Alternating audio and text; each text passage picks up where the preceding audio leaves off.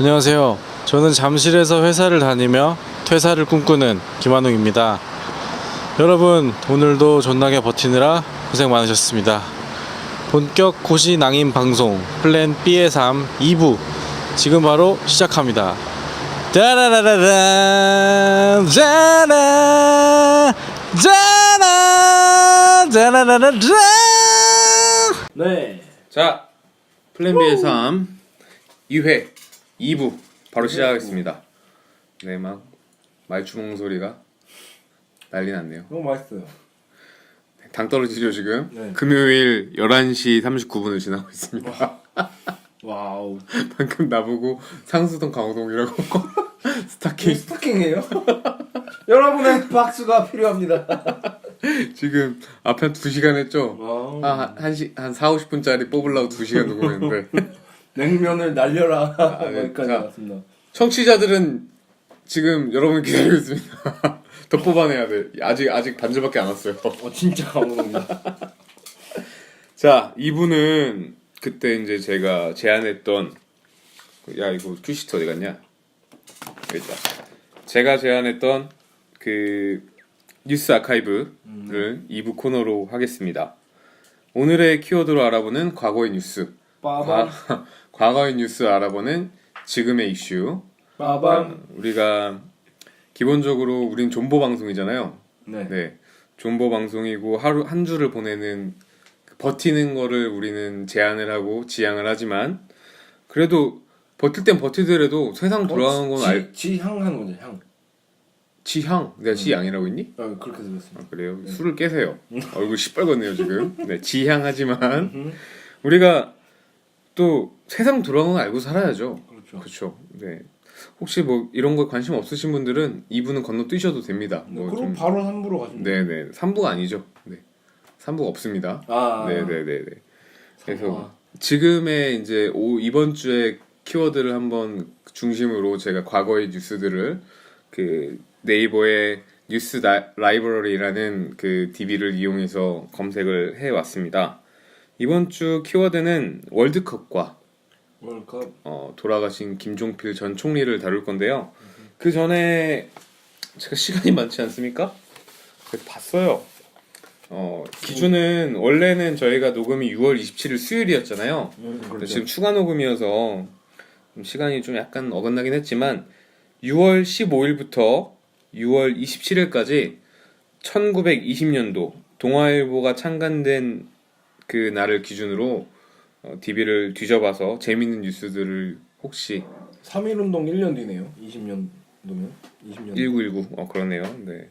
그래서 이 키워드 이외에 재밌는 기사가 뭐가 있나 봤더니 본격적으로 들어가기 전에 동아일보에서 1992년 6월 15일 기사입니다. 원하는 남자 자판기서 고른다. 와, 뭔 말인 것 같아요? 너무 기분이 나쁜데요. 왜 안 골라질 것 같아? 약간 100원짜리 같은 느낌인데. 300원? 그러니까 이게 뭐냐면 그 미팅 자판기라는 게 유행했대요. 92년도 대학가에. 그래서 500원짜리 동전을 넣으면 교제 대상 남성의 신상 명세 등을 알아낼 수 있는 이른바 미팅 자판기가 대학가에서 유행 중이다라는 기사예요. 그럼 뭐 이게 정보가 나오는 거죠? 그쵸. 이제 이게 남자들은 돈을 내고 이 회사 업체에다 그 자기 신상 명세를 내는 거예요.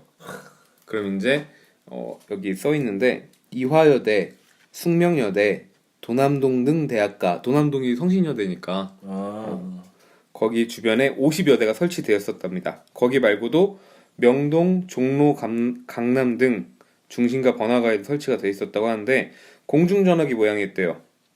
그래서 이제 여성들이 500원 넣고 500원이 92년도 500원이면 작은 돈이 아니죠. 그때 월드콘이 500원인가 그랬어요. 500원도 안 됐을걸요. 이때 저 초등학교 들어가기 전이니까 그때 새우깡이 200원 이랬던 것 같은데? 92년도? 그렇네. 그 저기 막 그 지금 돼지바 저기 막 그 뭐야 92년이면 내가 3살이다. 그냥? 그러네 진짜. 말은 했냐 너? 나 유치원 6살 때였네요. 그때 그러니까 시세로 500원이면 상당한 돈이죠. 그냥 재미로 한 돈은 아니었나 보죠. 이제 넣으면은 그 남자들이 넣었던 데이터들이 인쇄가 된 게 나온대요. 이렇게 캡슐로. 그걸로 이제 연락을 하는 거죠. 뭐 키, 뭐 직업 혹은 학력 뭐 이런 게 지금 써 있었겠죠. 키를 그때도 봤군요. 왜요? 네, 킨을 봤답니다. 어쩔 수 없죠. 네. 근데 지금은 깔창이 있잖아요. 이때는 없었으니까. 그렇죠. 좀 안심하고 그래도 좀 위안을 갖고 삽시다. 네. 존나 슬프죠. 네. 네. 어쨌든 야 울지 마. 왜 이렇게 눈가에 뭐가 맺혀 있는데? 습한데 눈이? 네. 그렇답니다. 이거 지금 데이팅 앱이랑 똑같은 거죠? 그렇죠. 거의 비슷한. 아, 데이팅 앱은 애초에 쌍방 등록이 되죠. 그렇죠. 서로 좀 교류를 하고 그런 차이가 있네요. 서로 대화를 하고 근데 약간 마지막에 그런 것도 메이트가 있어요. 제가 되게 기분 나쁜 어플이 있는데 아만다라고. 네. 그것은 남자는 평가를 받아야 돼. 아 여자는? 여자는 뭐 그냥 되는 것 같아요. 여자도 있지 않아요 그거? 남자만 등급제인가요? 등급은 그럼 모르겠어요. 서로 되는데 그 여자 서로 되는 거예요? 여자도 평가 받아요. 평가를 아, 받는데 그냥 그 자체가 기분이 안 좋은 거죠. 그냥 남자가 가입이 안 돼서 탈락하는 경우가 있어요. 그러니까 제일 그런 시스템이 동성이 다 양성이 그럼. 다 적용받는 거 아닌가요? 저는 뭔가 여자는 그냥 다 되는 줄 알았는데. 약간 더 관대한 걸로 알고 있어요. 뭐 어쨌든 간에 좀 슬픈 현실이기도 하고 그런 거는 네. 하여튼 이 지금 몇 년 전이야? 90년도면 20여 년 전과 지금과 이 문명의 이기만 달리해서 형태가 달라진 거지 이런 수요는 그대로 이어지고 있다는 게 되게 신기한 것 같습니다. 그 다음에 또 하나가 있는데 그 되게 씁쓸한데. 내 얘기 더 하면 더 슬플 것 같아서 넘어갔어요. 다음에는 경향신문에서 같은 연도 92년도 6월 26일 기사인데 대학생 하숙도 개성시대. 일단 개성시대란 말 안 쓰잖아 요즘은. 개성시대. 옛날엔 개성시대 많이 썼던 것 같아. 저는 뭐 저 그러니까. 얼굴 보고 개성 있게 생겼다. 근데 아직도 듣고 있습니다. 네. 그거 개성 있으세요. 아 감사합니다. 개성 있다라는 표현은 칭찬입니까 욕입니까? 어떻게 생각하십니까? 어쨌든 좋은 거죠. 형한테 아무 얘기 안 하잖아요. 죽여버리지. 내 얼굴 보고 뭐라면 죽여버릴 거야. 개성시대. 개성시대라는 말도 되게 옛날에 쓰는 단어인데 이거요. 원래는 그 옛날에 하숙집들은 한 집에 공동생활하는 하숙집이 많았잖아요. 그 거실 있고. 시대극 이런 거 보면 그런 게 아니라 이제 각 방을 쓰는 하숙집이 학생들의 선택을 받고 있다. 그런 하숙집이 더 비싼데도 불구하고 뭐 그런 기사 내용이에요. 근데 여기서 재밌는 거는 그러니까 이렇게 비싼데도 독방을 찾는다라는 맥락으로 쓴 말에 일반 하숙집의 경우 그러니까 공동생활하는 하숙집의 경우는 2인 1실이 20만원, 21만원 선인데 독방은 신촌 기준 독방은 27만원에서 35만원 선이었다고 합니다. 35. 거의 10만 원 가까이. 근데 이게 지금 92년도 기사인데 네. 제 친구가 그 홍길 씨가 다니는 연대 공학번인데 거기 제가 놀러 갔었을 때 되게 오래된 그러니까 막 그 저기 문짝 되게 오래된 학집이었는데 독방이긴 했는데 그게 40만 원 정도였거든요. 그때 05년도에 그럼 이게 지금 보면 5만 원밖에 20년 동안 안 올랐다는 얘기면 이때 확 올리고 그럼 엄청 비쌌던 거네요. 그러니까 이때 그러니까 체감할 수 있는 그러니까 지금으로 치면 대학생이 오피스텔 뭐 1000에 80, 뭐 1000에 100 하는 그런 오피스텔 산다는 얘기겠죠. 그러니까 그 정도 돈을 내고도 독방을 찾는 추세다. 근데 이게 진짜 비싼 게 저는 12년부터 하숙을 했는데 그때도 50만 원이었어요. 이 당시엔 그 독방이 진짜 없었겠죠. 그래서 이 기사 마무리는 젊은이들의 개인주의 성향이 강해져서 우려가 되고 있다 이런 식으로 마무리. 개소리야. 정말 무슨 그러니까 당신은 이게 이제 어떤 뭐- 도덕률이었나 보죠. 그 약간 군대처럼 다 이렇게 뭐 조회하고 막 그렇게 해야 돼? 그러니까 20년 전의 시대상과 가치 기준은 이랬다는 걸 알 수 있는 재밌는 기사였습니다. 근데 하숙에 대한 수요가 점점 줄어들고 있는 것도 맞아요. 네 맞아요. 네, 하숙집이 그래서 있나요 요즘? 있기야 있는데 나 하숙집 못 본 것 같은데. 있는데 가격을 옛날보다 많이 못 올리죠. 유지를 해야 싼 값에 그냥 쓰는 그러니까 거예요. 하숙의 장점은 빨래 해주고 빨래 요즘 안 해. 아까 옛날에 그러니까 하숙의 개념이 주인 집 그 집이 상주를 하면서 청소, 빨래, 밥 해줘서 이제 해결 그 어떤 집 떠나서 객지로 유학 보낸 부모님들이 돈을 좀 더 내더라도 안심하고 할 수 있는 건데 일단은 내 빨래 남이 해주는 것도 싫어하고 요즘은 뭐 요즘이 아니라 근데 좀 이제 그런 요즘 편한 가치가 아니잖아요. 그래서 하숙이 거의 없어요. 신촌에 있나 남아있나요 지금 하숙이? 신촌에 제가 하숙 생활을 거의 한 3, 4년 했는데 아 최근까지 했었죠? 네, 하숙하다가 이제 원룸 왔는데 어. 하숙이 없어질 수밖에 없는 게 그러니까 하숙을 가는 이유가 아까 말했듯이 뭐 빨래도 해주고 청소도 해주고 밥도 주고 이런 건데 밥을 아무도 안 먹어요. 그치. 그지. 그러면은 제가 뭐 아침은 뭐 8시부터야 돈이 아까운 거지. 이렇게 해서 내려가요. 응. 그러면 아무도 안 오기 때문에 나만 있기 때문에 아줌마가 자고 있어요. 그 가족들과 함께. 그러면 문을 열어서 아줌마 이렇게 깨워요. 그러면 존나 막 귀찮은 표정으로 왔어 막 이러면서 그냥 김치랑 밥 해줘. 그것도 눈치 보이고 저녁이 사실 제일 중요한 건데 저녁엔 그래도 막 해놔요. 근데 해놔도 오는 사람이 한두 명밖에 없어요. 밥을 먹으러. 맞아요. 왜냐면 하숙하는 인원보다 뭐 원룸 살고 각자 밥을 사 먹는 사람이 더 많기 때문에 하숙밥 먹으면 약간 친구를 잃게 돼. 맞아요. 네. 청객 씨도 하숙했었죠. 했었죠. 저도 많이 했었죠. 언제 했었죠? 군대 가기 전에? 군대 가기 전에 그쵸. 네. 군대 가기 전에 그때는 어땠어요? 했었죠. 공감 많이 가요? 예, 저는 약간 그때는 이제 응답하라가 나오기 전이 여기가 하숙 마지막 세대인가 봐. 거의 뭐 그런 거 같아요. 네, 그렇죠. 근데 남자 셋, 여자 셋 이런 거는 기숙사긴 하지만 어쨌든 하숙을 하면은 거기도 내가- 하숙이에요. 내가 그치. 새로운 사람을 만나고 막 그 집에서 뭐 하고 막 그런 약간 로망이 있었는데 막상 가니까 그냥 화장실만 같이 쓰는 거고 세탁기만 같이 쓰는 거 오히려 다 불편한 것만 같이 하고 그치. 아, 맞아. 불편한 그냥 것만 같이. 내 방에서는 그냥 나만 있어야 되고 약간 그래서 그 저는 뭐 아시다시피 제 생활 패턴이 아침도 안 먹고 저녁도 나가서 먹는 뭐 그런 거였기 때문에 이득이 없는 거죠. 하숙을 갈 필요가 전혀 할 없어요. 이유가 없는 거지. 네. 그러니까 저도 하숙 그래도 좀 마지막 세대 추억이 좀 있어요. 그러니까 그 외대랑 회기 쪽에랑 안암 이쪽이랑 신촌 이쪽에 하숙집이 그대도 많았잖아요. 저기 한양대 왕십리 이쪽이랑. 근데 친구들이 이제 각 지역 각 대학에 다니는 친구들 하숙집 놀러 다니면서 그 이제 신입생 때 하숙집 그 친구 다니는 대학가 앞에서 술을 먹고 걔네 하숙집 가서 자는 거야. 네.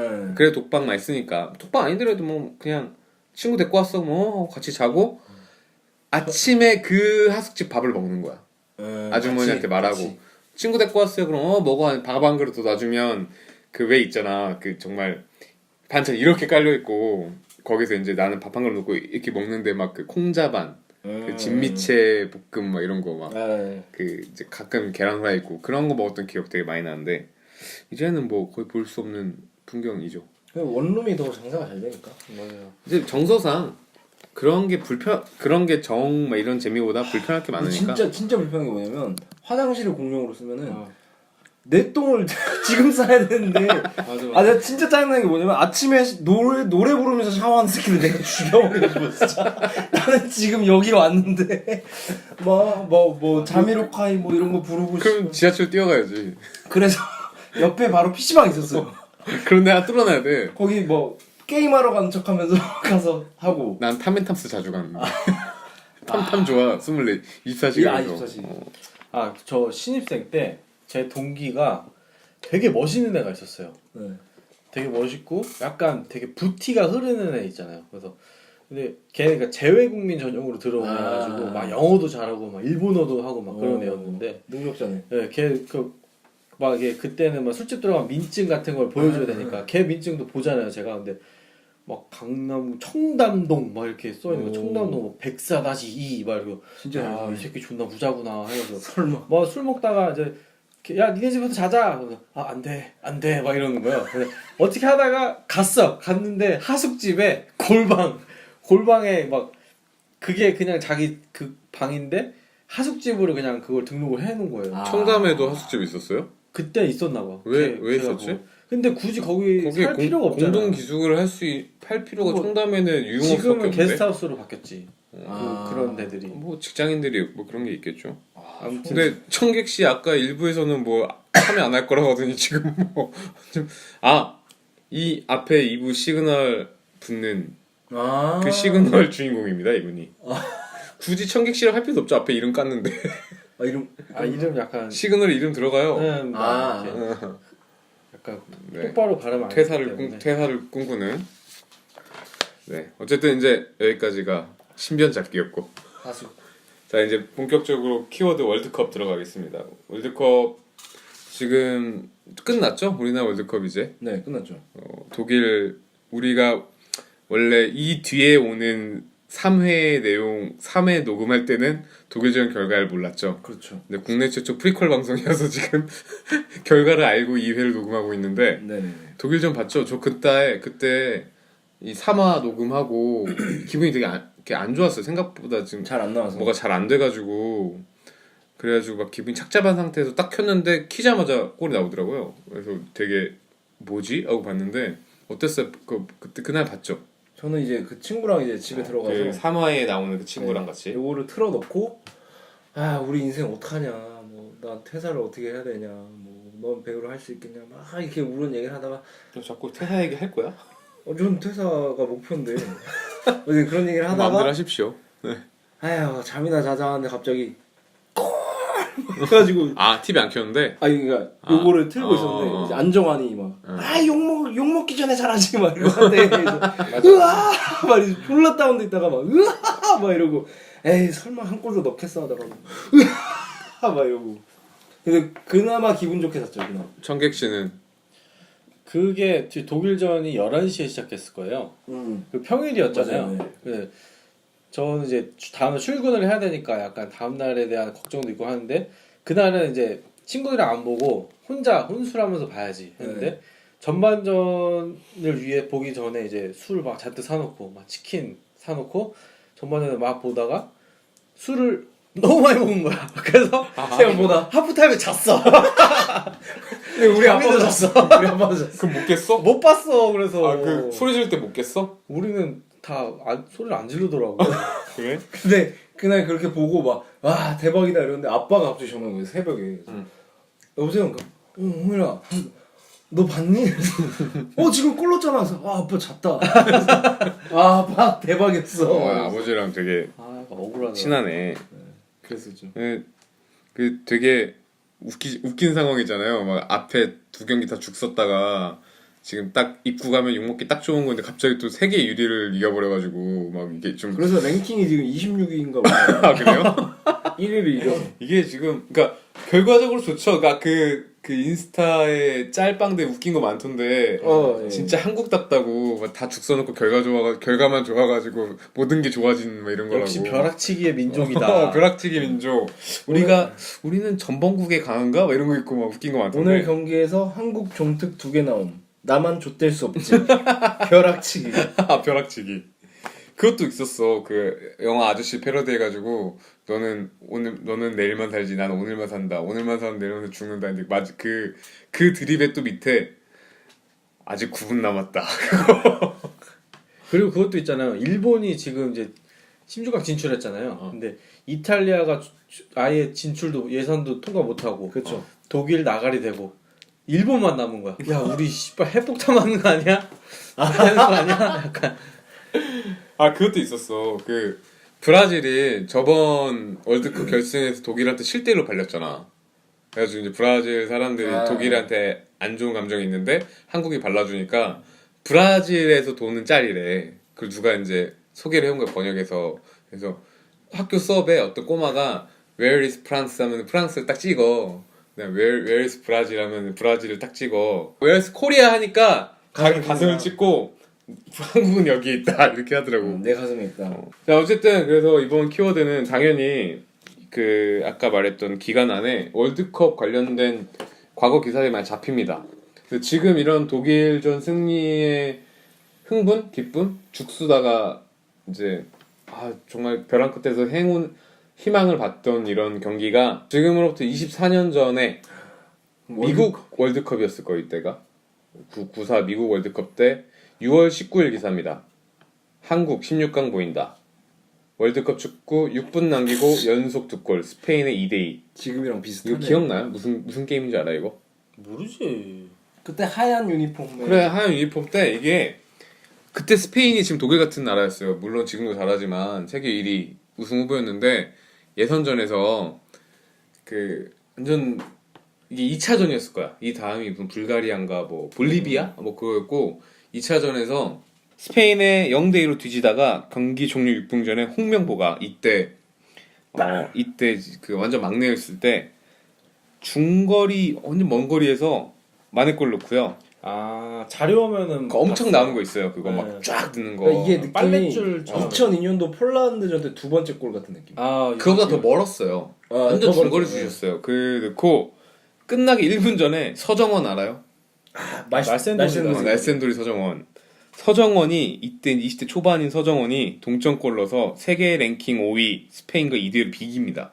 그래서 승점상 16강 가능성이 살짝 보일 때였어요. 근데 그때 당신들은 몇 살이었어? 어렸죠, 되게. 저는 그때 아빠랑 청계산에 가서 기억나요? 이날이? 난 이날이 정확히 기억나는 게 이때 난리가 이게 낮 경기였거든? 아 이거 아니다. 저는 기억 안 나. 낮 경기였는데 난리가 났어. 그 어저께 밤 독일전 그 이상으로 난리가 난 거야. 사실 이겨본 적도 없었어. 그 이런 이긴 것도 아닌데 비긴 것만 해도 내가 이때 우리 아파트 앞에 슈퍼를 갔다. 아이스크림 사 먹으러 아저씨 공짜 줬어 아이스크림을. 기분 좋다고. 진짜로. 에이 월드콘이나 먹어라. 내가 초등학교 2학년 때야 이때가. 형이 지금 40살이니까. 아, 아니 그러면 저기 기억나지? 아니야?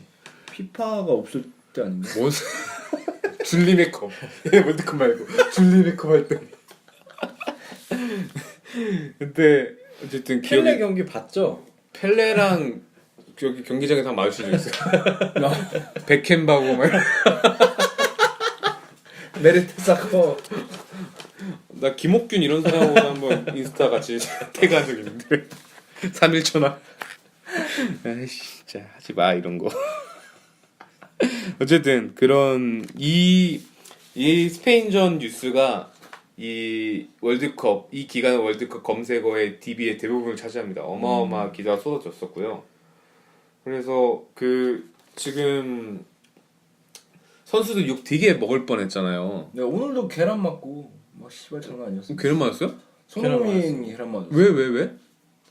그러니까 그 뭐 누구한테? 한축사라고 뭐 한국 축구를 사랑하는 병신 뭐 지진스들이 정말? 지금 야. 들어왔어요? 입국했어요? 입국했어 오늘. 입국을 아, 해서 그래요? 기자회견을 하는데 그 카펫에 계란을 던졌더라고요. 왜? 그러니까 뭐 토토를 했겠죠. 아, 토토. 뭐 그럴 수도 있고. 지금 지금 계란 맞을 정도는 아니지 솔직히. 솔직히 독일 경기는 진짜 감동적이었잖아요. 근데 저는 진짜 그게 이해가 안 가는 게 그냥 스포츠잖아요. 맞아요. 어쨌든 축구인데 왜 거기에 그렇게 사람들이 화를 내야 되고? 콜롬비아는 죽었습니다 옛날에.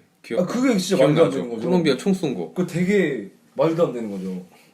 그러니까 만약에 우리 팀이 졌어, 그럼 나 혼자 슬퍼하면 되지. 왜 그거를 선수한테 책임 전가를 하냐 이거죠. 그러니까 이게 맞아요. 국가를 대표하는 팀인데 이게 좀 과열되는 경향이 있죠. 이런 큰 대회가 있으면 뭐 사실 뭐 평소에 얼마나 그 국가와 나를 동일시하고 삽니까? 그냥 국가는 국가인데 이럴 때 좀 더 과열되는 경향이 좀 있는 것 같아요. 근데 저는 약간 그것도 웃긴 거죠. 그러니까 애국심이라는 게 도대체 뭐냐.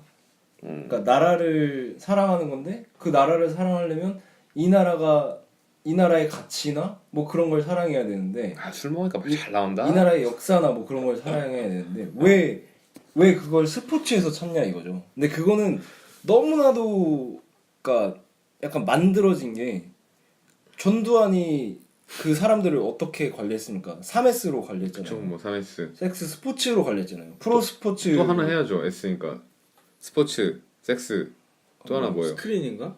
사랑? 아 스크린 맞아. 스크린 맞아. 뭐야? 영화 사랑 영화. 제가 좀 사랑 사랑. 씨 뭐야? 아, 제가 센스 있다. 약간 야, 깃뜻이 얕아서 아, 일부러 그런 건지 몰라서 그랬어요. 연대 나왔는데. 하여튼 교양 영어 안 들었냐? 아 그리고 저는 약간 이거랑 또 비슷한 맥락일 수도 있는데 아. 제가 어릴 때 IMF가 있었어요. 네. 97년도에. 여러분도 다 겪었던 거지. 근데 그때 박찬호랑 박세리가 그렇죠, 되게 그렇죠. 잘했단 그렇죠, 말이야. 그렇죠, 그렇죠. 근데 막 그 맨날 외국가 나왔잖아. 네, 막 배 치고 지금도 나가. 막 사람들이 얘기하는 게 막 박찬호와 박세리로 막 희망을 얻었다. 막 시름을 잃고 아, 그냥- 용기를 얻고. 그냥 걔가 그냥 잘한 건데 그걸로 왜 자기가 희망을 얻냐고. 그치 사실 나는 걔네들은 지 잘라 벌어서 자기가 하는 건데. 그러니까 그냥 자기 그 부와 명예를 위해서 한 거지. 누구한테 희망을. 근데 어렸을 때 그렇게 생각을 했었는데 아 그렇죠. 지금 제가 이제 어느 정도 나이 먹고 저도 야구를 좋아하거든요. 야구 좀 제가 좋아하는 제가 팬으로서 좋아하는 선수가 잘하는 거 그 팀이 이기는 거 보면 그냥 재밌고 그게 존버의 그 활력이 되는 거야. 우리가 그렇죠. 맨날 찾는 소확행이 되는 거지. 그렇죠. 그러니까 그게 이제 나비 효과가 돼서 나한테도 되게 파급이 있더라고요. 보니까. 그래서 그게 막 저게 무슨 국민들의 희망을 줘 이렇게까지 굳이 삐딱해 볼 된다고. 필요는 없다. 삐딱하게 될 필요 없고. 근데 그게 이제 그 IMF 때 같은 경우는 큰 충격을 받았죠. 버블 경제가 무너지고 우리가 이제 돈을 꿔야 되는 마치 산업 갖고 있던 어떤 자신감, 자존감들이 한 번에 무너지면서 우리가 이제 돈 꾸어야 되는 상황이 오니까 전반적으로 국민의 자존감들이 무너졌을 때 그래도 우리 같은 국민인 박세리와 박찬호가 세계 무대에서 좀 좋은 성적을 내는 거 보면서 자존감을 회복할 수 있는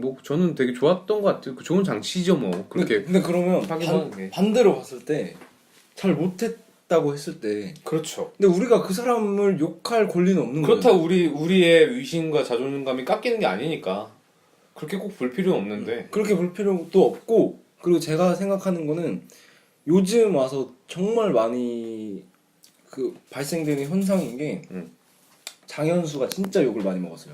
그죠.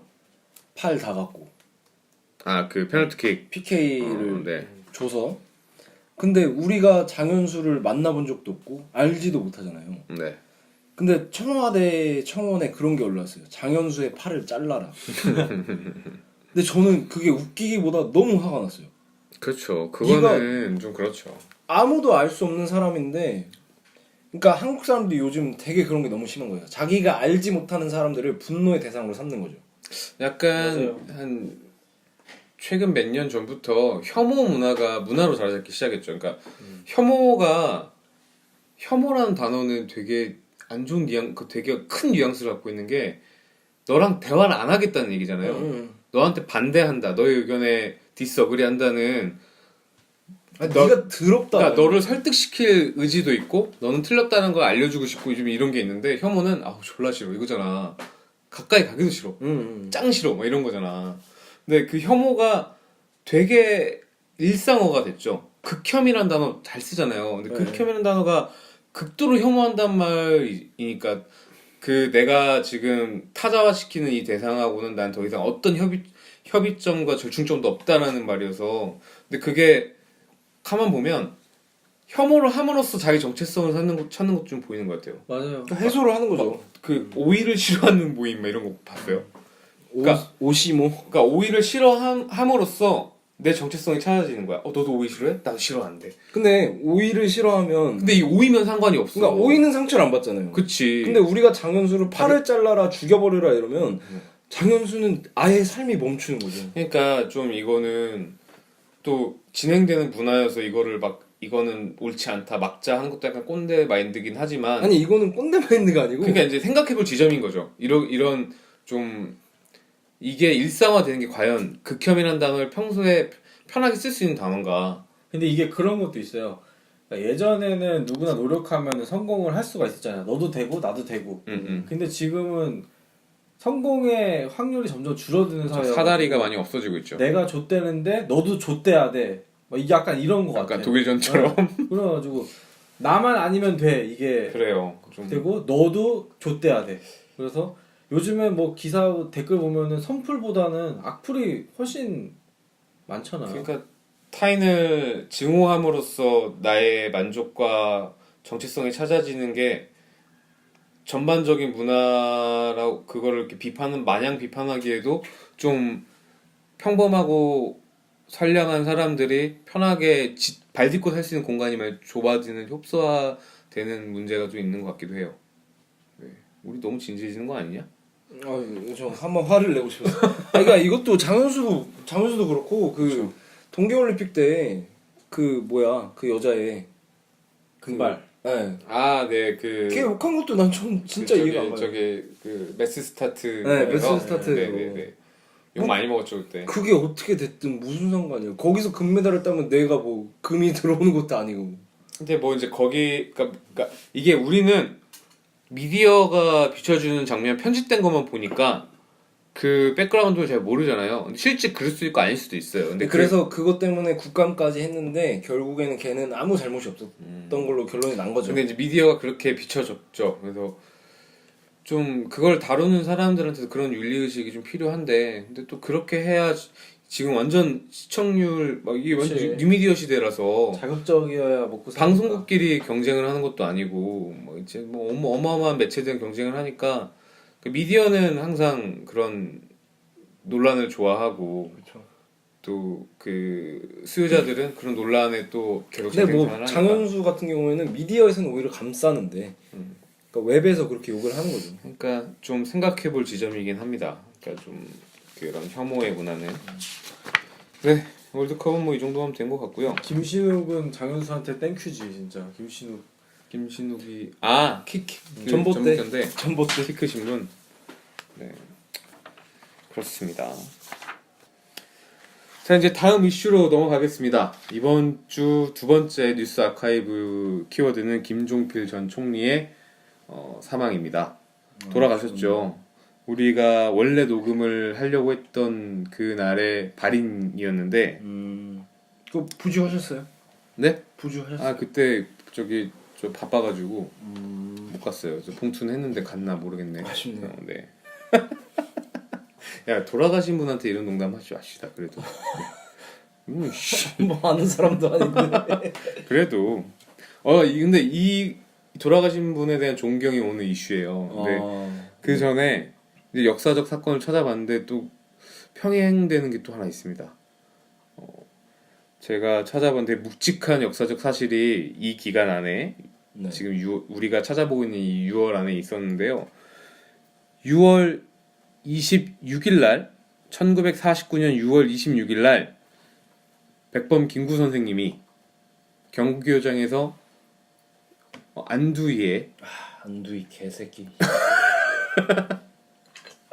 총격을 받고 이제 암살 당하셔서 사망을 하십니다. 근데 서거하십니다. 제가 말씀드릴 거는 안두희 별장이 네. 양구에 있습니다. 아 그래요? 네. 별장? 네. 별장이 뭐예요? 뭐 생가가 아니라? 네. 안두희가 이제 자주 왔다 갔다 했던 별장이 그 육군 그냥 군인이었는데 별장까지 있었습니까? 네네네. 안두희가 그 그래요? 군수 물자를 납품하는 걸로 돈을 많이 벌었다 하더라고요. 어우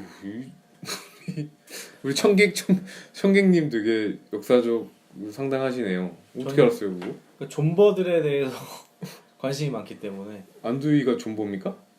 존나 빼먹는 거 존나 존나 번다고? 존나 존버. 자기 살 길을 어떻게든 찾았지. 그 안두희 그걸 어떻게 알았어? 나는 그냥 이름만 아는데 어쨌든 네. 그 기사를 볼게요. 그러니까 26일 날 돌아가셨는데 경향신문 1949년 6월 27일 다음 날이죠. 이제 다음 날 떴을 거 아니에요. 뭐 저녁에 호에는 나갔겠지만 근데 내가 이걸 봤는데 49년 다 한문이야. 이번 신문이 내가 뒤진 줄 알았어. 김구 씨. 내가 읽어볼게요. 김구씨 피습 절명 혹편 겁나 찾았습니다. 네. 자길 경교장에서 자길이면 어제란 얘기겠죠. 경교장에서. 네. 김구씨는 자길 입 6일 오후 1시 입분경 경교장 자택에서 권총 피습을 당하고 동 30분 절명하였다. 가해자는 3명으로 중 1명은 현장에서 체포되었다. 네, 이게 기사로 나갑니다. 그 어쨌든 뭐 역사적 판단은 뭐 다르겠지만 백범 김구 선생과 김종필 전 총리를 뭐 같은 선상에 둘 수는 없겠지만 그 역사적 평가가 알아서 해줘야 되는 거고. 아니, 이거 너무 다른 거죠. 네, 뭐 그 얘기를 할 건데 어쨌든 정치인이라고 할 수 있는 두 분이 돌아가신 비슷한 시기에 돌아가셨어요. 근데 일단은 김종필 전 총리로 넘어오기 전에 그래서 이제 이때 백범 김구 선생의 이 절명을 당시 미디어 뉴스는 어떻게 다뤘냐 그 뉘앙스가 있잖아요. 그걸 찾아보려고 이날부터 해서 이제 그 기사를 넘겨서 봤어요. 근데 다 한문이에요. 내가 찾아보려고 했는데 한문 약하잖아. 뒤진 줄 알았어. 겨우 봤어요. 막 우편 갖다 긁고 막 해가지고 봤는데 6월 말부터 돌아가셨던 6월 말부터 7월 내내 김구 키워드로 검색되는 기사가 이제 그 DB 막대 그래프가 뜨잖아요. 원래도 이때 당시 굉장히 그 존재감이 큰 정치인이었기 때문에 원래도 기사가 항상 있었지만 급격하게 늡니다. 그 막대 그래프가. 그러니까 이제 김구 선생의 사망이 어마어마한 큰 충격과 이슈였던 거죠. 거의 한 달 동안 다른 뉴스를 뒤덮을 만큼. 당시 분위기를 알 수 있는 기사 몇 개가 있어요. 동아일보에서 6월 28일 날, 49년 6월 28일 날 군악 연주의 연기라는 제목으로 기사가 나갑니다. 백범 김구 선생의 봉변에 대한 애도의 뜻을 표하기 위하여 육군 군연악 학교 창립기념 연주 공연을 일시 중지하야 27일로 연기하였다. 제가 이거를 지금 읽을 수 있게 글자를 따는데 2시간 걸렸습니다. 이 짧은 거를? 나 그래서 까막눈이란 말이 확 와닿았어. 옛날에 까막눈 막 하잖아. 문맹 뭐 이래가지고 하얀 건 종이요, 까막눈 글씨다. 진짜 딱 그 느낌이더라고. 못 읽겠어. 자, 이제 또 1시간 반 걸린 기사. 네. 6월 29일 다음 날이죠. 또 동아일보에서 또 나갑니다. 제목 요리점 휴관. 고 백범 김구 선생의 장의로 단란주점이 다 쉬었다는 거잖아요. 국민이 전부 조의를 표하는 의미에서 요리점을 28일부터 3일간 휴관키로 되었다. 근데 이거는 방금 말한 대로 이때 요리점은 좀 지금이랑 그냥 식당이랑 좀 개념이 다르죠. 연회장이기도 하고 컨퍼런스 룸이기도 하고 막 그런 건데 그런 식으로. 이게 전부 다 쉬었다고 하면 뭐 지금과 그냥 뭐 그 저기 종로 뭐 이런 쪽에 거의 있었을 테니까. 근데 큰 의미죠. 이게 뭐 나라에서 권유를 하기도 했지만 이게 국민이 전부 동참을 했던 얘기니까 그 당시 알 수 있는 김구 선생의 사망은 큰 충격과 애도로 가득했단 말. 그러니까 어떤 거기에 무슨 의견을 달 필요가 없는 큰 슬픈 사건이었다고 볼 수 있죠. 마치 예전에 노무현 전 대통령이 서거하셨던 것만큼 국민장으로 다뤄지는 큰 그런 나라의 국상, 슬픔이었는데 이제 그 지금 오늘날 돌아가신 김종필 전 총리와 김구 선생 무게감을 같이 뭐 누가 더 무겁냐 얘기를 할 의미는 아니고요. 김구 선생님이 좀 더 몸체가 크셨대요. 풍채가.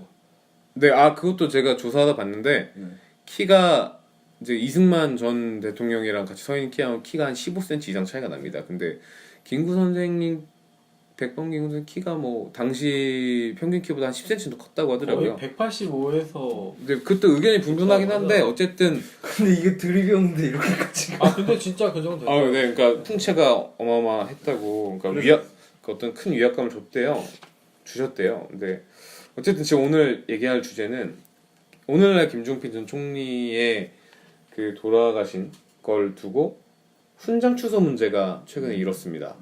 뭐 기사 이거 보신 적 있어요? 네, 봤습니다. 네. 그래서 이거를 그러니까 과연 이 이제 역사로 사라진 이 정치인을 어떻게 우리가 다뤄야 되냐의 문제일 텐데 여기에 의견을 처음 이제 문제를 제기한 거는 잘 알려진 막칼럼니스트 황교익 씨가 페이스북에다가 이렇게 썼어요. 정치인의 죽음은 개인적 죽음일 수 없다. 정치인은 죽음과 동시에 역사적 평가를 반드시 받아야 한다. 이제 이걸로 시작을 해서 김종필 전 총리가 이제 그 5.16 쿠데타에 가담을 한 사건, 뭐 이제 중앙정보부 첫 번째 부장이었잖아요. 그 중앙정보부가 민주주의와 인권에 대해서 이제 할 말이 없죠. 막 그런 역사적 문제 많고 어쨌든 군부 쿠데타의 중심 세력이었고 네. 그런 사람한테 지금의 가치에서 민주주의의 그 어떤 경의를 표하는 무궁화장을 그 훈장을 추서하는 게 과연 옳은 건가라는 의견을 제시를 했고 여기에 이제 그 이완구 전 총리 아세요? 기억나세요? 네. 그 성환종. 성완종 리스트에 올랐다가 이제 그 두꺼비가 생긴. 총리 하셨죠 잠깐. 네. 그래서 그분이 김종필 전 총리가 그 픽한 정치인이래요. 원래 아마 경찰서장 경찰 쪽에 있었을 거예요. 저기 이완구가요? 저기 그 고시 합격해가지고 경찰서장 하셔고 뭐 그쪽에 있다가 뭐 여기저기 정치하셨겠죠. 그 다음은 잘 모르겠는데 어쨌든 김종필 전 총리가 중앙 정치 무대에 픽업을 했는데 뭐 그래서이기도 했겠지만 이분이 이 마칼럼니스트 황교익 씨가 제기했던 문제에 이제 반기를 듭니다. 어디 라디오 CBS 라디오에 출연을 해서 찬성을 하든 반대를 하든 본인의 살아온 인생을 생각해봤으면 좋겠고 모두 살면서 공과가 있고 명함이 있는데 일본 같은 데 그렇게 인색하지 않다. 이완용이네 이 새끼가. 이씨발. 그러니까 이완구야 이완용이야. 일본에서는 백제에서 도래한 사람조차 다 영웅시해주고 평가를 해줬는데 우리나라 사회는 너무 남의 공에 인색한 거 아닌가 이런 이제 반론을 제기를 합니다. 이제 여기서 논란이 왔다 갔다 했는데 결국에는 수여가 됐죠.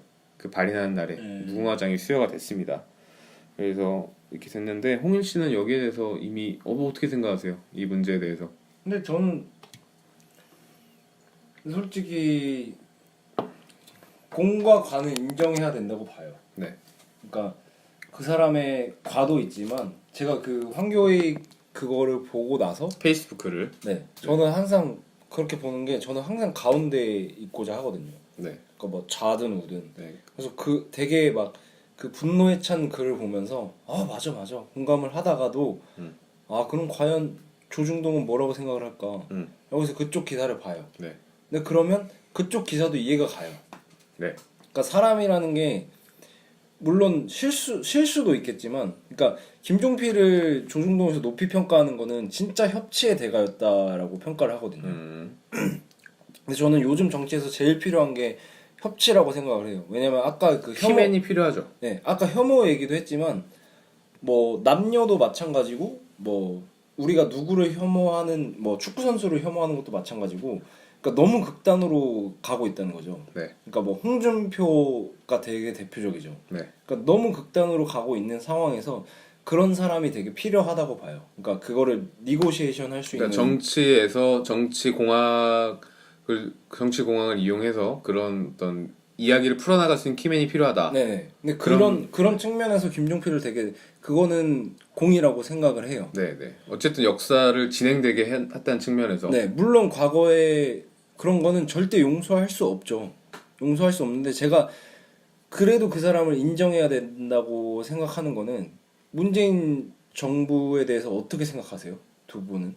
저는 굉장히 잘하고 있다고 생각합니다. 네. 그 유권자들이 원하는 방향으로 네. 그리고 역사적인 철학을 분명히 견지해서 저는 되게 유권자로서 만족스럽습니다. 네.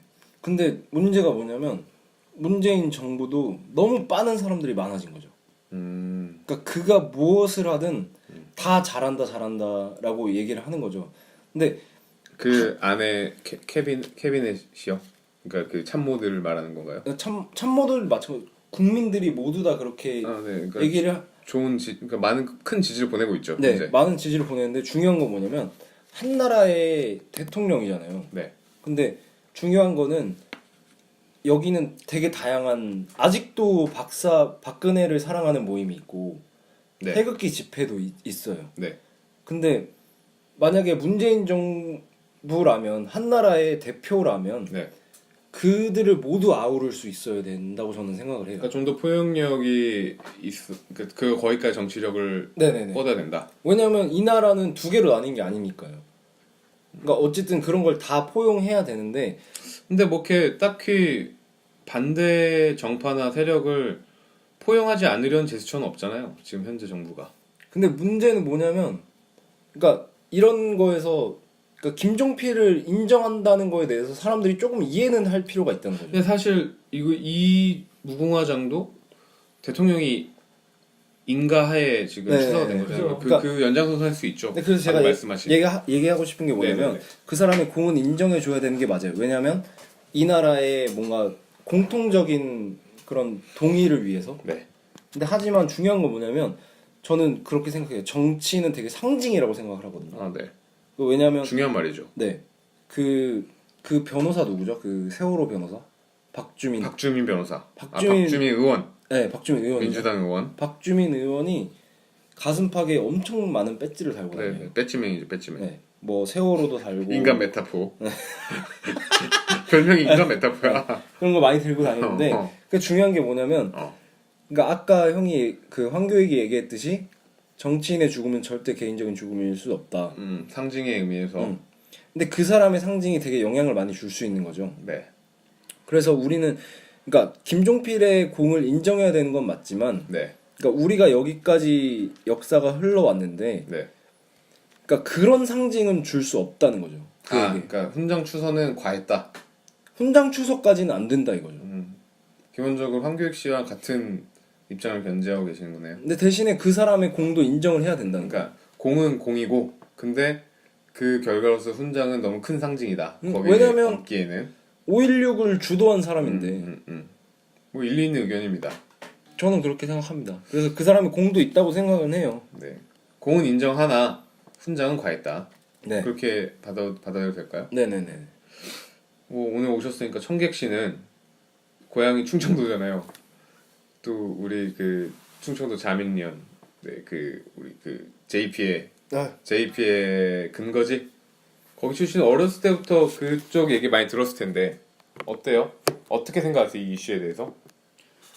저는 그 김종필 전 총리라고 해야 되나? 뭐라고 불러야 돼요? 전 총리죠. 가장 그 직급이 네, 높았으니까. 전 총리가 그 훈장을 받아야 되는 게 맞다고 생각을 해요. 왜냐하면 어우 좋네. 그게 균형 있고. 왜냐면은 어쨌든 정치인이 유권자의 뜻에 맞춰서 움직였어요. 이게 기회자라고 표현할 수도 있는데, 김종필 자체가. 네, 어쨌든 이제 어떤 한 시대의 세력을 흐- 대표한 움직임이었다는 거죠. 시대의 흐름에 맞게 존버했어요. 그 5.16을 설계했다는 게 정설이잖아요. 뭐 그래서- 그렇게 그런 의견이 그렇죠. 있죠. 그래서 실제적으로 그때 디자인을 했다. 총리하고 승승장구하고, 네. 그리고 전두환 때 이제 꺼지라고 해가지고 잠깐 꺼져 그때 있다가 잠깐 꺼져 있었죠. 노태우랑 김영삼이랑 그때 이제 잡았죠. 해가지고 네, 쇼를 잘 쳤죠. 그렇죠. 결국에는 또 박정희한테 고문받았던 김대중을 대통령으로 또 만들잖아요. 그렇죠, 그렇죠. 네. DJP 연합 해가지고 그죠. 그때 이제 그 호남과 충청권이 먹어가지고 정권을 잡았죠. 그 정반대 양극을 깨서 완전 그러니까 그 중심에 캐스팅 세력이 보트였죠. 있었잖아요. 그렇죠. 캐스팅 보트였고 사실 충청을 잡아야 대권을 잡는다는 얘기도 계속 있었고. 그래서 박정희를 좋아하던 시대에 그렇게 했고, 그 김대중이 필요할 때 김대중을 만들었고, 어쨌든 아, 나라에 필요할 때 박쥐. 그렇죠. 박쥐라고 볼 수도 있지만 그러니까 어떻게 시각의 보면 차이라는 거죠. 그 나라에서 원하는 대로 그거 움직였던 되게 거예요. 네, 그 네. 시각도 되게 좋은 그러니까 의미 있는 시각이네. 그러니까 어쨌든 역사의 흐름에 힘을 보탰다. 네. 그래서 어쨌든 나라에 그건- 큰 역할을 했으니 이거는 훈장을 부여받는 게 맞고, 그래서 존버 왕이다 진짜. 아, 이 시대의 존버입니다. 킹 오브 존버. 자기의 가치관을 뭐 바꾸면서 존버를 했는데 존버 왕이 결국에 존버를 실패했어요. 뒤졌어. 아니 뒤지는 게 너무 존버해가지고 너무 늦게 죽은 거야. 아 근데 이 말은 또 나도 이 생각한 게 왜? 김영삼 전 대통령이 전 정권에서 서거했잖아요. 네. 어쨌든 김영삼 전 대통령은 민주화 세력이고 아까 말했던 그 상김역 그 저기 그 전에 이제 노태우와 그 합당할 때 이제 그게 민자당인가? 그럴 거예요. 뭔가 군부 세력과 타협을 하지 않는다고 했다가 정권 교체 문민 정부를 출범시키려면 어쩔 수 없다 그 약간 합리화를 해서 이제 그때 노태우와 손을 잡고 김종필과 손을 잡고 이제 그때 먹었죠. 그때 이제 신한국당이었던가? 뭐 어쨌든 네, 맞아요. 그때 먹었어요. 근데 박근혜 전 대통령하고는 사이가 애매하죠. 왜냐면 그 박정희 대통령에 대항하는 민주화 세력이었으니까. 근데 또 범보수 지금 이 자유한국당 위로 가면은 또 이제 그 합쳐진 저 위가 있잖아요. 그리고 박정희랑 혼인으로도 이렇게 크게 보면 얽혀 있을 겁니다. 아 그래요? 뭐 네. 네, 뭐 그건 그런 내용이니까. 근데 어쨌든 그게 어쨌든 그래서 하고 싶은 말은 김영삼 전 대통령이 돌아가셨을 때는 분위기가 물론 공과 과에 대한 얘기는 당연히 나왔지만 그때 이제 기록을 찾아보면 가까운 기록이니까 이제 검색을 해보면 좀 온화해요.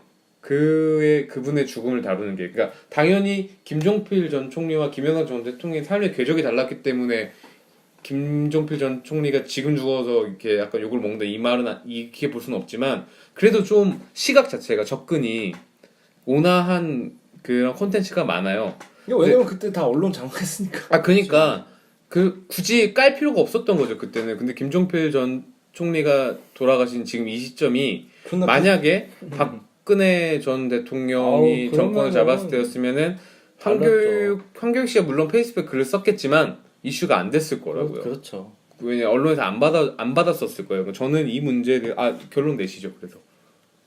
그래서 네. 그러니까 그 사람에 대해서 그 가치관 자체 네. 제가 잘했다라고는 말 못하죠. 네. 되게 박쥐예요. 근데 어쨌든 나라에 큰 그 업적을 세운 건 맞잖아요. 공은 있어요, 확실히. 네, 그래서 그 되는 훈장 수여를 받는 게 맞는 거고. 네. 근데 아까 그 김구 그 평행 이론이 있었잖아요. 근데 네. 그 김구 선생님은 되게 급작스럽게 그 배우가 이승만이라는 네, 설만 있는 거고 밝혀지지 않았죠, 않은 현재까지도. 급작스럽기 때문에 네. 그리고 크게 사람들이 많이 놀랐죠. 네, 근데 지금은 이념적으로 그때 김구 선생님이 주장하셨던 게 굉장히 큰 축이었기 때문에 네, 네. 민족주의. 네. 지금 이제 김종필 전 총리는 이제 9순이 넘은 네. 이제 다 모두가 예상이 됐던 돌아가신 분한테 결과기 하긴 좀 때문에. 천수를 들었다 할 수 있죠. 그렇죠. 네. 네. 건강 뭐 네. 그렇기 때문에 그리고 이제 정권이 너무나도 바뀌었기 때문에 네. 존버왕이 너무 존버해서 한 3년만 먼저 돌아가셨어도 더 아유 돌아가신 분한테 웃으면 안 네. 되는데. 네. 어쨌든 존버왕이 너무 존버해서 그랬다. 네. 알겠습니다. 좀 그러니까 충청도 출신으로서 네. 또 할 수 있는 재밌는 원래 의견인데. 충청도가 원래 왔다 갔다 많이 하거든요. 그러니까 어른들이 하는 말 많이 사이에서 역사도 좀 그렇죠. 그랬어요 진짜. 근데 지리적으로도 그 지정학적 위치가 그래가지고 교통의 그럴 수밖에 없죠 뭐. 그러니까 잘 봐야 돼. 안 그러면 죽으니까. 다 죽으니까 그런 거지. 저는 이렇게 생각합니다. 이 문제를 일단 결론적으로 훈장을 주냐 마냐의 문제에서는 저는 줘도 된다고 생각합니다. 이유는 이 훈장이 있잖아요. 제가 조사를 해봤어요. 이 훈장은 이게 그 국가 그 뭐라고 하죠? 대통령을? 원수. 국가 원수가 아닌 사람한테 주는 가장 큰 상이에요. 근데 정치, 경제, 사회, 교육, 학술 분야에서 공을 세워서 국민 복지 향상과 국가 발전에 이바지한 공적이 뚜렷한 사람에게 주는 상인데 그 중에서 가장 높은 상이 무궁화장. 이번에 돌아가신 김종필 전 총리가 추서 받으신 그 훈장이 그런 건데 이걸 누가 받았냐 봤거든요. 겁나 많이 받았어요. 이거 훈장을 지금을 기준으로 809명이 받았습니다. 이 중에서 전직 총리가 받은 거는 10개고요. 박태준 전 총리 아세요? 포스코 회장. 몰라요. 이 사람도 그거 군인 출신이에요. 그죠. 박정희 부하였어요. 그렇죠. 근데 야 네가 가서 포항제철 좀 해봐. 조인트 까고 이래가지고 포스코를 만드신 분이에요. 그러니까 이 논리라면 이분도 논란이 됐어야죠.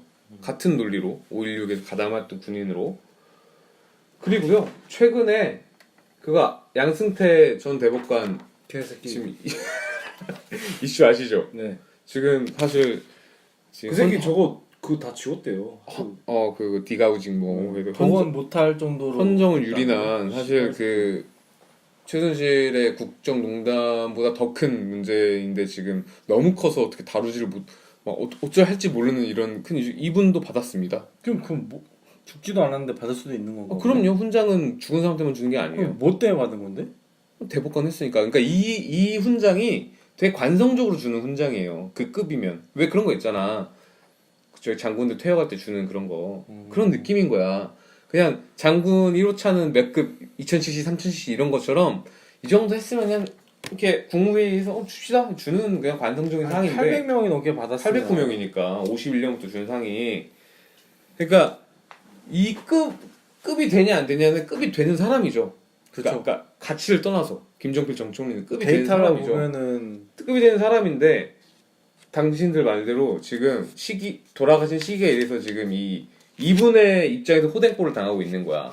근데 그게 너무 웃기지 않아? 좀 더 이분 입장에서 호시절이었으면 이 문제도 안 될 일이라고. 근데 그게 되게 웃긴 게 이 정부에선 되고 이 정부에선 받고 어. 그게 너무 웃기잖아요. 그러니까 맞아요. 근데 그거는 이제 정치 논리로 그럴 수 있는데 제가 보는 시각에서는 김종필 전 총리가 이 훈장을 받아도 되고 안 받아도 그냥 줘도 된다 생각하는 이유가 지금 이 이슈의 본질은 황교익의 페이스북 글이 이슈가 된다는 거예요. 이 시대에서는, 이 시점에서는 황교익 씨의 그 논조에 동의를 하냐 안 하냐 저는 모르겠어요. 그냥 저는 이 정도 세게 말하고 싶지는 않지만 일견 타당한 부분도 있고 좀 홍희 씨 말대로 오버한 부분 좀 이렇게까지 볼 필요가 있나 싶은 부분도 있지만 중요한 건 황교익 씨가 한 사람의 시민이라고 보기에는 좀 셀럽이긴 하지만 그래도 몇 년 전까지만 해도 그냥 음식 잘하는 사람 정도였는데 막 이분이 엄청 정치적인 권력을 갖고 있고 근데 원래 막 오피니언 기자 리더도 출신이에요. 아니잖아요 지금. 그냥 좀 유명한 사람일 뿐이잖아요. 수요미식계에서 음식 잘하는 아저씨잖아요. 정치적으로 어떤 뭐 세력을 확보한 사람도 아니고. 근데 이 사람의 의견이 조선일보, 중앙일보, 동아일보의 그런 보수적인 논조와 대등하게 다뤄질 수 있다는 거죠.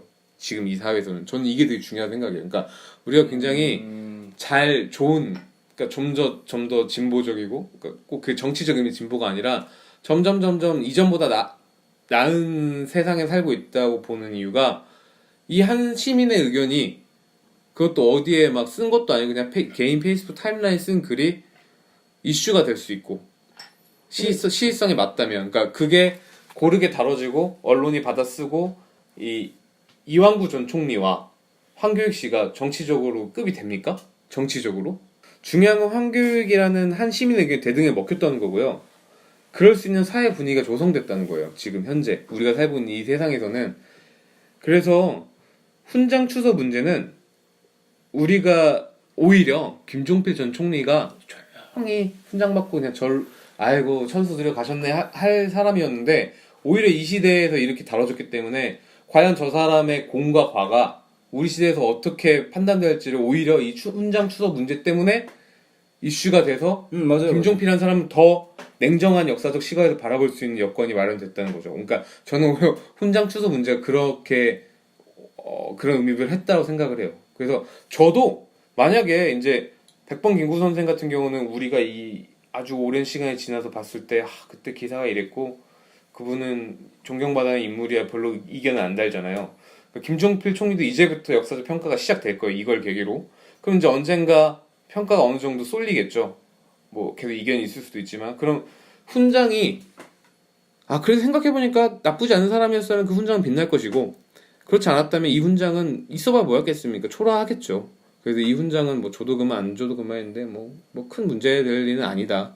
근데 이걸 계기로 우리가 어떤 세상에 살고 있는지 다시 한번 우리 그래도 한 시민의 의견이 존중받을 수 있는 세상에 살고 있구나. 그런 사회 분위기가 조성됐구나. 저는 그렇게 생각을 했습니다. 한 셀럽의 의견이 뭐 좀 그래도 셀럽이긴 하죠. 어쨌든 이완구 전 총리와 다이다이 붙을 수 있잖아요. 근데 방송인이. 제가 동의하는 거는 진짜 황교익의 그것이 좋은 트리거가 됐다고 생각을 해요. 네, 저도 그래요. 이 역사를 판단할 때 되게 좋은 트리거가 됐다고 생각하는데 근데 막 그런 건 있어야 될 거예요. 그 황교익 그래서 제가 공감했던 건 뭐냐면 그 훈장을 아무나 받은 게 아니다. 네. 물론 아까 얘기했던 그런 뭐 박정희의 물고 박태준. 빨았던 네네. 걔도 받았지만 그러니까 이게 되게 왔다 갔다 하는 거죠. 그러니까 제가 아까도 얘기했듯이 이 정부에서는 괜찮고 이 정부에서는 뭐 그렇게 안 볼 수도 되고. 있죠. 물론. 저는 그게 좀 이해가 안 가는 거예요. 그러니까 저는 솔직히 제가 제일 요즘 이해가 안 되는 건 왜 전 대통령들은 다 깜빵을 가야 하는가. 네. 그러니까 우리가 서로 뭐 이 정권이든 저 정권이든 약간 존중해줘야 될 공통의 가치를 우리가 정하고 가야 된다고 생각을 해요. 그러니까 그게 언제부터 그게 꼬였냐면 우리나라가 어디부터 시작됐느냐부터 꼬이는 거죠. 네, 그 문제가 되게 심각하죠. 네. 네. 저번 정부에서 큰 이슈였죠. 네. 근데 그것도 정리가 안 된 나라가 저희 나라인 거죠. 우리나라. 저희 나라 아닙니다. 네. 우리나라입니다. 우리나라인 거죠. 네. 그러니까 너무 싫어서 이제 저희 나라. 그러니까 우리가 민주에 더 가치를 둘 것이냐, 네. 아니면 성장에 더 가치를 둘 것이냐, 이거는 최소한의 그 접점은 찾아야 된다고 생각을 하는 거죠. 저는 둘 다 가치를 둬야 된다고 생각합니다. 근데 그 접점을 지금 못 찾고 있는 거죠. 찾아가는 과정이죠. 네. 그런데 저는 더 생각을 하기에는 민주의 가치를 둬야 된다고 생각을 하는 거죠. 어떤 공통의 가치를 생각을 했을 때. 네. 그래서 이런 측면에서 오히려 그런 상징을 주는 건 맞지 않다고 생각을 하는 거죠. 김종필에게. 그 잣대의 그 기준이 공평해야죠. 그쵸. 네. 네. 근데 아까 그 지금 정부 잘하고 있냐고 물어봤잖아요, 저한테요. 네네.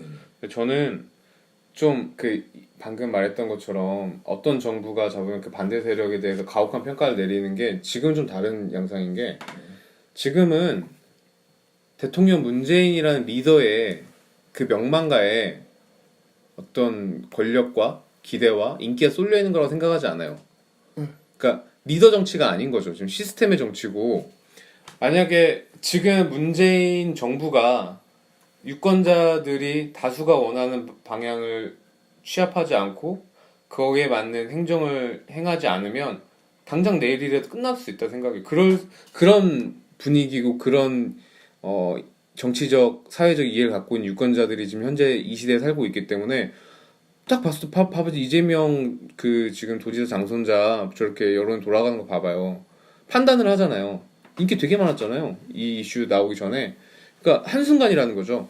그러니까 문재인이라는 사람을 상징화해가지고 거기에 막연한 그 존경과 기대를 표하는 게 아니라 그 사람이 잘하기 때문에 잘하니까 지켜보니 잘한다. 만약에 지켜봤더니 이상하게 해. 그러면은 언제든지 여론 돌아설 수 있다고 생각합니다. 그래서 그 문재인 정부에서 지금 김종필 총리에게 만약에 가혹하게 뭐 하고 이게 이런 이슈가 일어나는 거를 그냥 좌시했다고 해서 이건 이 정부가 다른 세력이기 때문에 관대하겠다는 게 아니라 그냥 그거는 시민사회에서 당연하게 일어나는 어떤 반응들인 거고 그게 만약에 한 정부가 반대 세력에 가혹하게 한 거로 비춰졌다면 이게 바로 말이 나왔을 거예요. 이렇게 하면 안 되지. 이렇게 그럴 수 있는 양식 있는 시민들이 사는 세상이라고 저는 근데 보거든요. 저는 그 얘기까지는 반대를 하는 게, 그러니까 문재인 정권이 들어서고 그 유권자들이 갑자기 똑똑해졌다고 생각하지 않아요. 갑자기 똑똑한 건 아니에요. 판단력이 막 살고 성장해온 거죠. 성장을 해왔지만 전 정권이 너무 병신 같았기 때문에 그런 효과도 있죠. 성장이라기보다는 성장은 저는 아니라고 생각해요. 그나마 대안이 그래도 문재인이고 그나마 민주당이다.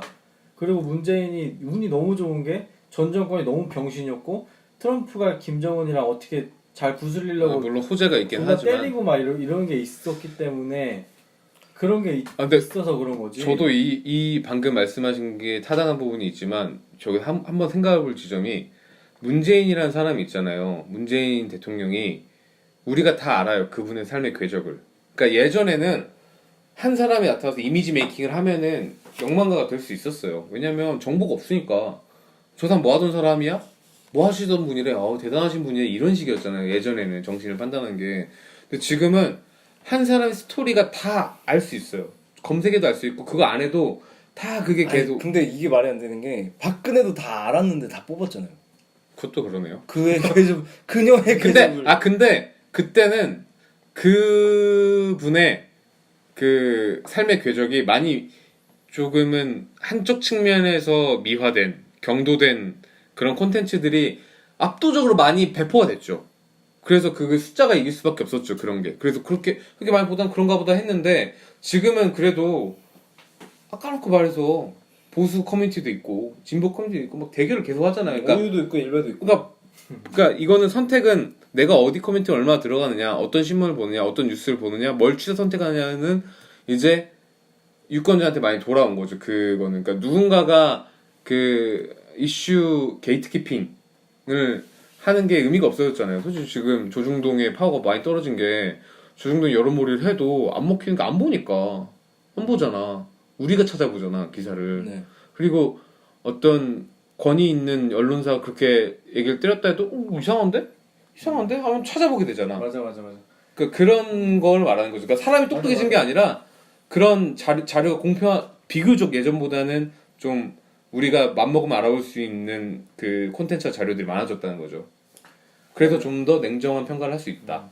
그리고 뭐 결국에는 형이랑 나랑 맥을 같이 하는 게 나는 일시적으로 대안이 없기 때문에 일단은 다 이쪽으로 근데 그것도 그렇게 볼 수 있어요. 그렇지만 내 얘기가 이제 일시적인 것이다라고 얘기했던 게 일시적인 거지 뭐 유권자가 똑똑해진 게 아니다라고 얘기한 거잖아요. 근데 그렇기 때문에 결국에는 이게 좀 틀어지면 형 말 맞다나 언제든지 다시 돌아갈 수가 있다는 유권자들 판단에 따라서 그렇죠. 돌아갈 수가 있다는 거에 대해서 맥을 같이 하는 거죠. 네, 결국에. 네, 네.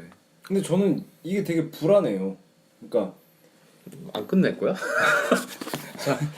아니 이거 오케이. 그냥 재밌다. 더 가요. 아니, 그게 되게 불안한 게 그러니까 문재인이 뭘 하든 다 빨기 시작한 거예요. 근데 그런 건 있죠. 그러니까 많아. 좀 이렇게 너무 한 정치인은 사실 권력을 위임받은 사람인데 그래서 내가 위임한 권력을 행한 사람인데 그 이상으로 어떤 스타성이 부여되고. 근데 그런 건 너무 그렇게 좋아요. 되면은- 뭐 월드컵 가서 네. 손흥민 안아주고 그런 액션 되게 좋은 것 같아요. 뭐 에민 사상 같은 것도 있고. 네네. 근데 그런 거 되게 긍정적으로 생각을 하는데 이게 거의 독재로 가는 그런 과정인 것 같아요. 그러니까 있어요. 뭘 하든 사람들이 우쭈쭈 와 잘한다 문재인 뭐 하느님 그러니까 뭐 이러면서 하는 게 독재로 갈 위험성이 있는 분위기가 조성된다는 거죠. 그러니까 그런 분위기는 전혀 아니지만 이렇게 그러니까 왜냐면 그럴 위험성이 있다. 아니 가진 아니, 않겠죠. 끝까지 가진 예, 않겠죠. 말씀하세요. 하지만 그러니까 문제가 뭐냐면 야 너 보여주려고 이러는 거야 지금. 아니 문재인이 이걸 했어. 막 광화문에 가다가 똥을 쌌어. 야 더럽다라고는 얘기할 수 있어야 되는 거죠. 근데 지금 분위기에서는 그렇게 얘기하는 분위기 많은데. 임금이 매화틀에 그거를 쌌는데 네가 뭔데 뭐라 하냐 이런 분위기라는 거죠. 그러니까 그런 극성스러운 세력이 있죠. 근데 그게 우리가 접하는 미디어의 대다수가 그 사람들이 점령을 한다는 거죠. 근데 그렇게만 볼 수는 없어요. 그거는 성급한 일반화죠. 아니 댓글을 쓰는 사람들이 몇 명이 왜냐면 홍혜 씨가 가는 댓글란과 커뮤니티도 어느 정도 한정돼 있기 때문에. 그건 뭐 다 볼 수는 없겠죠. 네네네. 그러니까. 근데 누가 그 댓글을 남기냐 이거죠. 그거의 싸움이긴 하죠. 요즘에 또 막 그런 게 예전과 다르니까 그게 이제 집단화되고 이러니까. 근데 저도 문재인 정부 진짜 좋게 생각을 하는데 근데 그런 거죠. 정책 같은 거를 모두 다 좋다고 판단할 수 없는 게 그렇죠. 이제 좀 그 감시와 견제 비판이 필요하죠. 그게 정말 필요하다는 거죠. 그러니까 네. 박근혜 정부가 망한 게 감시와 견제 비판이 없었던 거죠. 네, 그걸 차단했죠. 근데 그것마저도 비슷하게 흘러가는 것 같아요. 지금 그러니까 그럴 정부에서도. 위험성이 있다. 그러니까 좌로 가든 우로 가든 극단은 안 좋다는 거죠. 제 말은. 그러니까 지금 분위기상 그럴 위험성이 좀 보인다. 우려된다. 그 뭐 최저임금 인상도 저는 좋다고 생각을 했는데 요즘 생각하면 또 아닌 것 같고. 네. 저씨도 길게 하기 싫다면서 뭐 끝낼 생각을 하네. 더 할 거야? 아니 그렇습니다. 네. 문재인 사랑합니다. 네, 어쨌든 각자 결론. 저도 문재인 뽑았습니다. 저도. 근데 전 문빠입니다. 저는 유승민 뽑았습니다. 쟤는 이승민 뽑았대요. 너무 좆됐어 유승민이. 아쉽네. 그나마 보수에 보수 없어 사람이. 네. 청취자 여러분, 저는 문빠입니다. 미친. 이런 편집하기 힘들어. 걷어냈어요. 네. 어쨌든 막 장난 아니네요. 막 깊네 깊어. 하기 싫다면서 막 난리 났는데 강홍일 오늘. 그거 왜 하는 거예요? 이거 버릇이. 이렇게 들어. 자, 본격 고신앙인 방송, 존나 버티는 존버 방송, 본격 뭐라도 하는 방송, 본격 아르마른 다단무게 방송, 마지막 뭐였냐? 생존 욕구 항진 방송, 플랜 B의 삶 2회 2부 여기서 마치겠습니다. 이제 이어지는 3회에서는 플랜 B 인사이드라고. 아티스트가 나온다고 하지 않았나요? 아티스트 특집으로 이미 와우. 녹음은 돼 있습니다. 와우. 저희가 지금 추가 녹음이어서 국내 최초 프리퀄 방송 네. 프리퀄 라디오. 3회에 저희가 수요일에 녹음을 했는데 기가 막혔죠? 네. 네. 기가 차서 말이 안 났어. 아 이거 어떡하지? 아니 그 가수분이 라이브 녹음 해주셨는데 아까 제가 방금 전에 편집했는데 귀가 막힙니다. 저 귀가 그것만 따로 스페셜 하이라이트 해가지고 음원만 그 음악 라이브 연주하는 부분만 따로 편집을 해서 올려놔야겠어. 플랜 B의 삶 2회 2부 여기서 마치겠습니다. 모두 수고하셨습니다. 와우.